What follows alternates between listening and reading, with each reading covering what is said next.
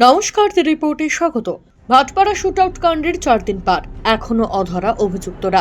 প্রশাসনিক আধিকারিকেরা তদন্ত শুরু করলেও তবে পুলিশের ভূমিকা নিয়ে সন্তুষ্ট হওয়া তো অনেক দূর।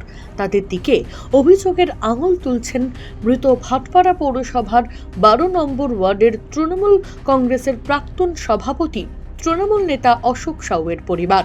সাংবাদিকদের মুখোমুখি হয়ে তৃণমূল নেতার ভাই স্পষ্ট জানান, প্রকাশ্যে এই ঘটনায় জড়িত দুষ্কৃতীরা ঘুরে বেড়াচ্ছে, হুমকিও দিচ্ছে, তবে পুলিশ কার্যত নীরব। এখনো সব ঘুরিয়ে বেড়াচ্ছে দাদা, সব ঘুরিয়ে বেড়াচ্ছে, সব সেন্টার পেয়েছে। এখানে লোকাল নেতাই সেন্টার দিয়েছে তো। হ্যাঁ, আমার দাদা তো ছিল না 12 নম্বর ওয়ার্ড প্রেসিডেন্ট, ওকে খুন করা দিয়ে হয়েছে সব সেটিং করে। এখানে লোকাল নেতা সেটিং করে খুন করা দিয়েছে কি উনি সিন্ডিকেট চাইন না, এরা সব সিন্ডিকেট করে হুকিং লাইন চালায়, গাঁজা বিক্রি করে, হিরোইন বিক্রি করে, রোড বিক্রি হবে, রোড বনবে টাকা চাইবে, ঘর রং করব টাকা চাইবে। হ্যাঁ, একটা ফ্ল্যাট তৈরি হবে 10 লাখ দিয়ে দিবি, আর একটা ফ্ল্যাট দিয়ে দিবি, তুই ফ্ল্যাট তৈরি কর, ভালো করে কর, খারাপ করে কর, আমি আছি। মুসপল ওকে কাগজ দিয়ে দেয় তো তুমি বানাও। এইসব তো চলছে এইখানে। এখন আমি রাজপাল কাছে যাবো, গৃহ মন্ত্রণালয়ের কাছে, আর কারো উপর বিশ্বাস নেই। না না না, আমি হারিয়ে কালকে তো দেখছি পুরো যত গুন্ডা আছে সব ঘুরিয়ে বেড়াচ্ছে ওপেন। পুলিশ কিচ্ছু করছে না, আমি বারবার ফোন করছি। হ্যাঁ, কালকে তো আমি ওইখানে থানার কাছে গেলাম, বাইক নিয়ে ঘুরে আসছে যাচ্ছে, আমাকে দেখছে। কি বলবো বলুন? আপনার ভাই যেটা বলছিল যে আরো একটা কোনো খুন তারা করতে পারে বা আপনাদের। হ্যাঁ হ্যাঁ হ্যাঁ হ্যাঁ, এখন তো বলছে, তো কমেন্ট করছে, আমাকে তো বলিনি, কমেন্ট করছে, কানে আমার এসেছে, কমেন্ট করছে আর একজনকে মারবো, আর দুজনকে মারবো। আরে মার না, কত ক্ষমা আছে, কোনো দিন তো সত্তা চেঞ্জ হবে, তারপরে তো বুঝবে। এখনও একটা লোক আছে পুরো মাটিতে করে দেবে ওদেরকে, আমি ওই উপর বিশ্বাস আছে, ওই করবে। না এনআইএ, আমি তো রাজপালকে বলি তো, রাজপাল কাছে যাবো, এনআইএ করে, সিআইডি করে, আইডি করে, ডিআইডি করে, আমি কিছু ওসব আর উনি উপর দায়িত্ব আমি ছেড়ে দেবো। আমি দিল্লি যাব 2 দিন মধ্যে, 3 দিন মধ্যে, গৃহ মন্ত্রণালয়ের কাছে যাবো, বলবো এইখানে কিচ্ছু হচ্ছে না, ভাটপাড়া কিচ্ছু হচ্ছে না, আপনি বিশেষ করে ধ্যান দিন। এখানে গণ্ডগোল হয়েছিল, এইখানে দঙ্গা হয়েছিল, আপনি দেখুন। না হলে আমি অমিত শাহ কাছে যাব, বলবো এই বিষয়ে বলবো আমি। এখানেই শেষ নয়, এই খুনের ঘটনার সঙ্গে তৃণমূল নেতা, মন্ত্রী, এমনকি কাউন্সিলররা জড়িত।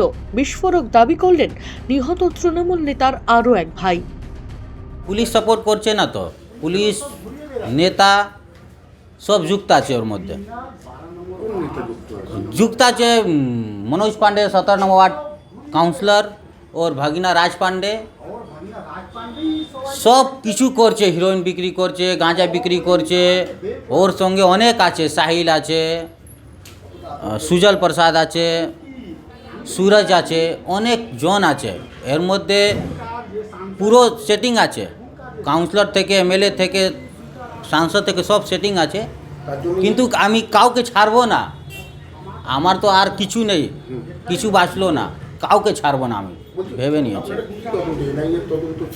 যা হবে আমি করব, কিন্তু ছাড়বো না কাউকে। ও এমএলএ হোকে, কাউন্সিলর হোকে, কেউ হোকে, ছাড়বো না। আমি চেয়ে নিয়েছি, ছাড়বো না কিছু হলে। পুলিশ কিছু করবে না তো, ওকে তো 50,000 টাকা দিয়ে দিচ্ছে, 1 লাখ টাকা দিয়ে দিচ্ছে। এমএলএ সেট আছে, কাউন্সিলর সেট আছে, রাজ পান্ডে সেট আছে, মনোজ পান্ডে সেট আছে, সব কাউন্সিলর সেট আছে, A to Z।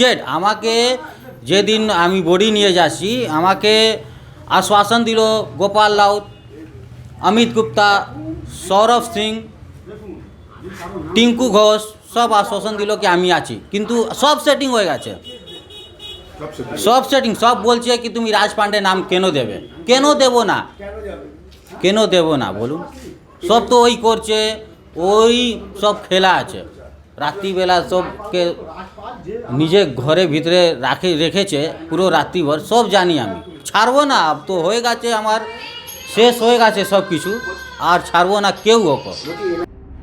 13ই নভেম্বর একদিকে যখন নৈহাটি বিধানসভা কেন্দ্রের উপনির্বাচন চলছে, তখন সংলগ্ন অঞ্চল অর্থাৎ জগদ্দল থানার ঢিলছোড়া দূরত্বে এক চায়ের দোকানে বসে আড্ডা দিচ্ছিলেন ভাটপাড়া পৌরসভার 12 নম্বর ওয়ার্ডের তৃণমূল কংগ্রেসের প্রাক্তন সভাপতি তৃণমূল নেতা অশোক সাউ। অভিযোগ, আচমকা ওই এলাকায় বোমাবাজি শুরু করে দুষ্কৃতীরা।